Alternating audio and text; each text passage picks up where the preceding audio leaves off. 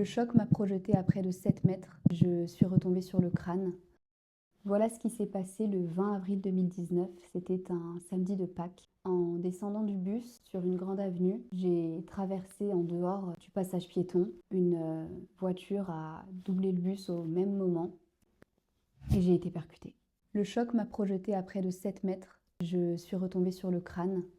Quand les secours sont arrivés sur les lieux de l'accident, du sang s'écoulait de mon oreille gauche, signe clinique caractéristique d'un traumatisme crânien grave. La décision a été immédiate, héliportage d'urgence. J'ai été transportée directement au service réanimation de l'hôpital La Pitié-Salpêtrière. Mon pronostic vital était engagé. Les bilans ont révélé l'étendue des dégâts, une fracture du rocher gauche, des lésions hémorragiques cérébrales bilatérales. En d'autres termes, mon cerveau saignait et ce sang, faute de pouvoir s'échapper, s'accumulait à l'intérieur de ma boîte crânienne, exerçant une pression croissante qui menaçait de tout écraser.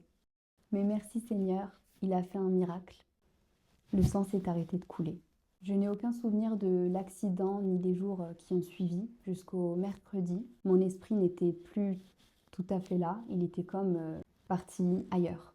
Et le mercredi, quelque chose a basculé. Ma conscience est revenue dans mon corps. C'est précisément à ce moment-là que j'ai vécu une réalité d'une autre nature. Ce que j'ai traversé dans cette chambre d'hôpital n'était pas un rêve, ni un délire. C'était des visions spirituelles, des visions d'une violence et d'une intensité qui m'ont bouleversée. Dans la prochaine vidéo, je vous raconterai tout au sujet de ces visions, à quel point elles ont été éprouvantes, mais aussi merveilleuses. Je vous raconterai ce que j'ai vécu et ce que le Seigneur a déposé en moi ce jour-là.